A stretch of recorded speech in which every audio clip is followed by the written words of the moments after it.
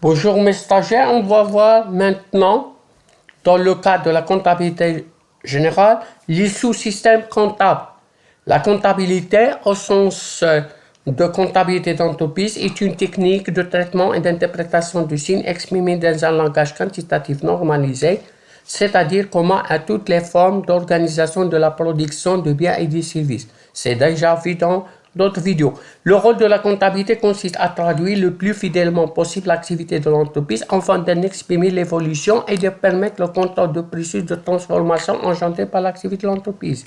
En vue d'assurer ce rôle, le système d'organisation de la comptabilité d'entreprise en conformité avec le plan comptable est établi d'une part en fonction de la nature et de la taille de l'unité d'exploitation et d'autre part en fonction du but recherché à travers les trois sous-systèmes comptables fondamentaux. Chaque sous-système comptable renvoie à un champ spécifique de l'activité de l'entreprise.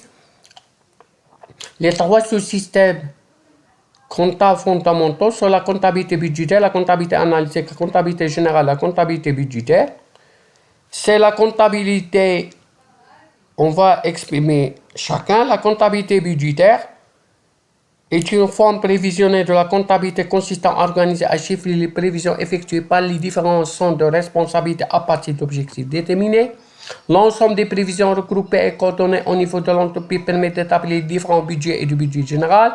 La comptabilité budgétaire élaborée sur la base de la partie simple et constitue un moyen combinant à la fois la démarche prévisionnelle et la démarche de contrôle. Maintenant, on va voir qu'est-ce que c'est la comptabilité analytique. Cette forme de comptabilité a essentiellement une portée explicative des coûts induits par le centre de responsabilité opérant par secteur d'activité, par produit ou par marché.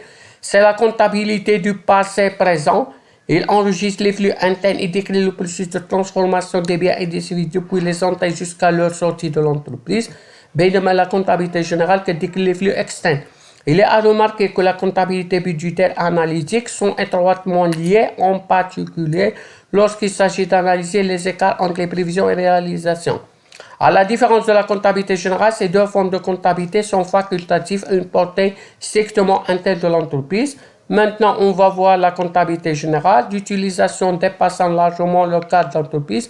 La comptabilité générale est à la fois un outil de gestion est remplaçable à un moyen de communication externe destiné à un très large éventail de ses partenaires. La comptabilité générale a pour objet essentiel de permettre à l'entreprise de constater les chassés produits par nature, c'est-à-dire par flux de consommation et de production, de faire apparaître les résultats d'une période, c'est-à-dire les variations du patrimoine résultant de l'activité de l'entreprise, de faire le point périodiquement de la situation des biens et des dettes de l'entreprise, c'est-à-dire d'indiquer le chiffre de la situation du patrimoine.